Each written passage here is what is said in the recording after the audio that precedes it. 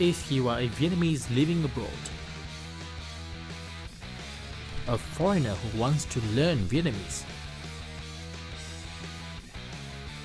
or you know some basic Vietnamese and look forward to learning more, the Vietnamese program Hello Vietnam is for you.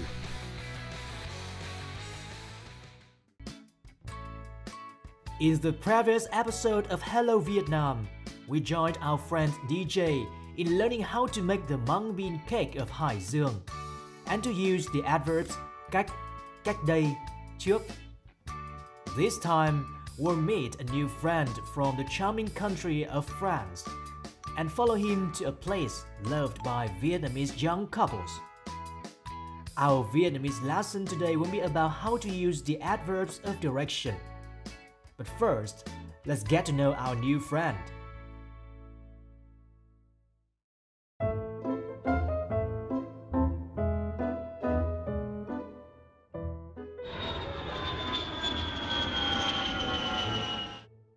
Xin chào, bonjour, mình tên là Guillaume. Ở Việt Nam, các bạn thường gọi mình là Will Pháp. Mình sống ở Việt Nam 3 năm rồi. Mình sang đây vì ở Việt Nam có rất nhiều cơ hội và người Việt Nam rất thân thiện. Mình rất thích tìm hiểu về văn hóa, con người và món ăn của Việt Nam. Nói chung, mình thích tất cả mọi thứ ở đây. Ở Việt Nam, mình là doanh nhân, bác sĩ, ca sĩ, đầu bếp. Các bạn thấy mình làm nhiều nghề không? Bởi vì thật ra mình là một người mẫu. Mình đã học tiếng Việt được 2 năm rồi. Để học tiếng Việt tốt hơn, bây giờ mình thường xuyên làm các video cùng những người bạn Việt Nam. Xin Nguyễn Đình Chiểu, đúng rồi. Hai nơi là bạn học rồi. Do you want to ask me something else? Yeah, bạn là trẻ trâu? No.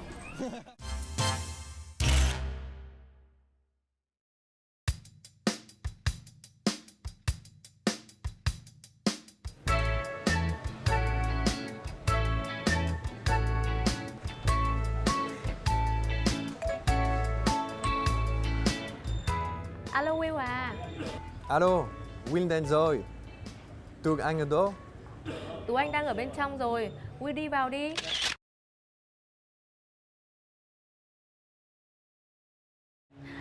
Chào Will, Will ngồi xuống đây. Được rồi. Có chuyện gì mà hôm nay Will hẹn gặp Tú Anh gấp thế?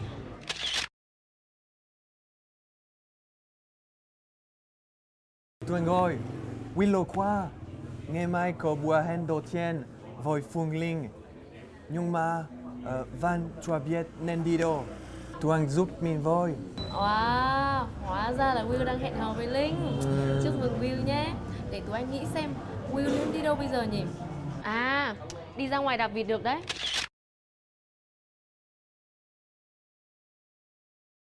Thời tiết này mát mẻ, rất thích hợp với việc đạp vịt. Chắc chắn Linh sẽ rất thích. Đáp vịt á? Nhưng... Không băn khoăn gì cả, đạp vịt dễ lắm mà tớ biết là Phương Linh sẽ thích vô cùng. Để tớ sẽ cho Will địa chỉ nhé. Nhưng khoan đã, Will đứng lên để tớ xem là Will mặc thế này đã ấn tượng chưa.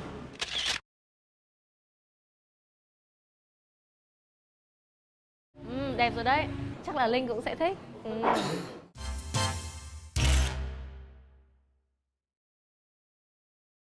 Hello and welcome back here to our studio of Xin Chào Vietnam or Hello Vietnam, a program for learning Vietnamese language through cultural experiences. So our friend Will seems to be embarrassed about his first date, even after the advice of Tú Anh. In the conversation between Will and Tú Anh, you can see the use of the directional structures. Tú Anh đang ở bên trong rồi, Will đi vào đi.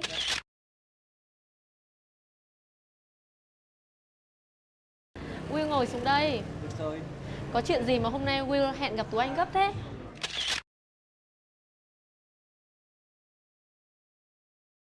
À, đi ra ngoài đạp vịt được đấy.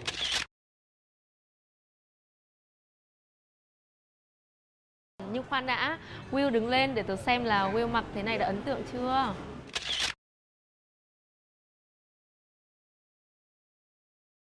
So as you can see in the conversation, the words ra, vào, lên, xuống are called adverbs of direction. These are words that describe the course of an activity. They always follow the verbs. The structure is as follows. Verb ra, vào, lên, xuống. The meaning of directional adverbs is as follows. The adverb ra means moving from a narrow space to a wider space. Em ấy vừa đi ra phố. Vào means moving from a wide space to a narrow space. For example, em ấy đi vào siêu thị. And for lên, the adverb means moving from a low space to a higher place. For example, anh ấy đi lên tầng 5.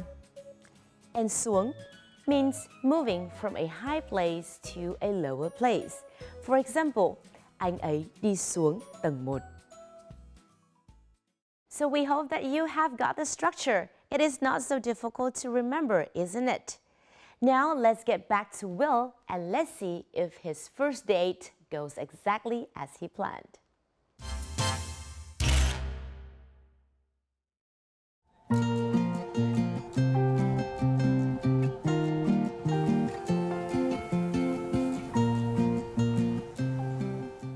Anh Will, mạnh dạn bước xuống đi.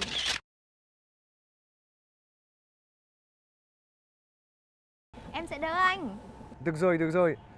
Anh bước xuống đây.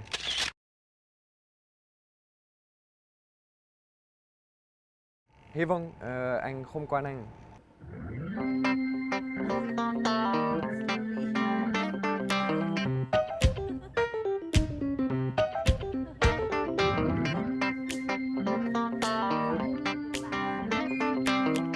Linh ơi, đáp thế nào? Anh chưa bao giờ đáp. Dễ lắm anh Will ạ. Anh chỉ cần đạp lên rồi đạp xuống là thuyền sẽ chạy thôi.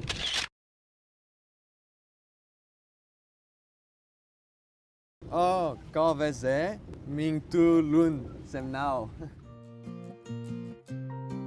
The Trúc Bạch Lake is one of the most popular sites in Ba Đình district of Hanoi.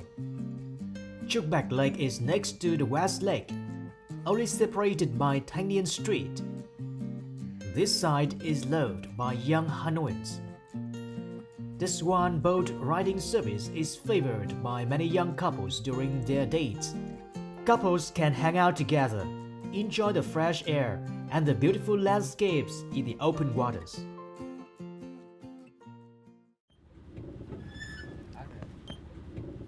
Anh đã đáp được rồi. Chúng ta thử đáp ra đằng kia đi.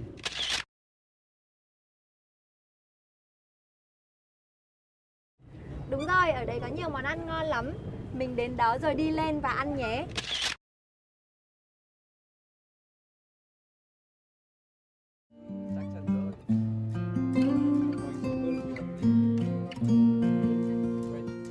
Linh ơi, em bước lên thoải mái đi.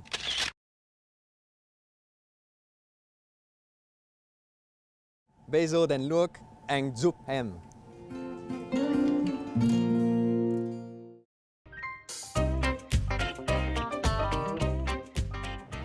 Anh Will ơi, mình đi vào đây ăn phở cuốn nhé.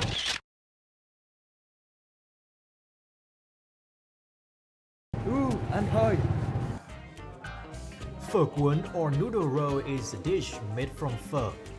The big sheet of white rice noodle rolled with beef, fresh lettuce, herbs and egg. The dipping sauce is a little bit sweet, sour and salty, with green papaya topping the flavor up.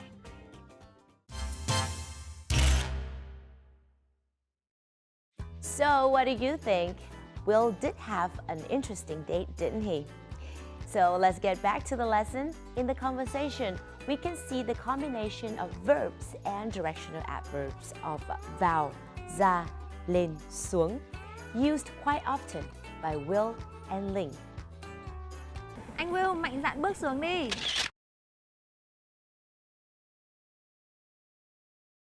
Được rồi. Anh bước xuống đây.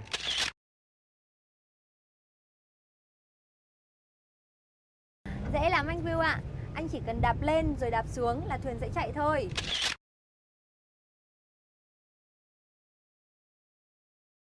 Chúng ta thử đạp ra đằng kia đi.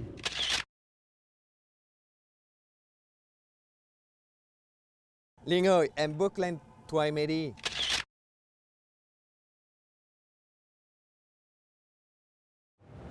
Anh Will ơi, mình đi vào đây ăn phở cuốn nhé.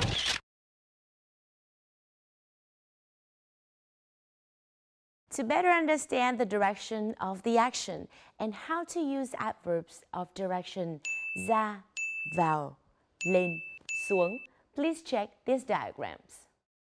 Please remember, if you move from a narrow space to a wilder space, we use verb ra. Chúng ta thử đạp ra đằng kia đi.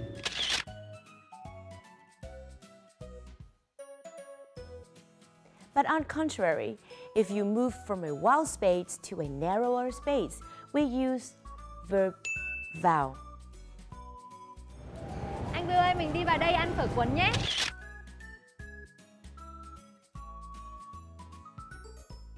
From a low place to a higher place, we use a verb lên. Linh ơi, em bước lên thoải mái đi.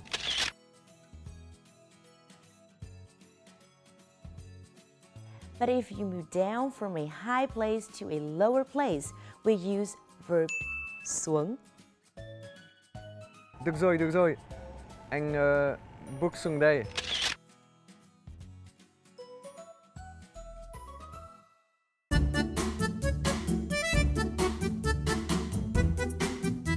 There's no better way to remember today's structures than doing some exercises. Let's now do it. Look at the picture, find the verb and appropriate directional adverb of ra, vào, lên, xuống.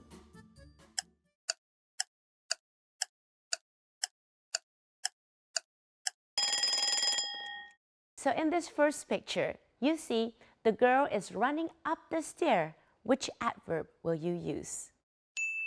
Our answer is chạy lên. And now you see the guy is jumping off the cliff. And their answer is nhảy xuống. And now the boy opens the door to get into the house. And the right answer is đi vào. And finally, in this last picture, we use chạy ra as the boy is running out of the school gate. Now for one more time, let's review the structure and adverbs of direction before saying goodbye. Adverbs of direction lên, xuống, ra, vào are words that describe the course of an activity. Structure: verb followed by ra, vào, lên, xuống. Chúc các bạn luôn có một tình yêu đẹp, luôn vui vẻ trong cuộc sống. Chào tạm biệt. And that is the end of this episode of Xin Chào Vietnam. We hope you have an interesting time with us and learn new things and new structures. And that's it for now. Thanks for your time and goodbye.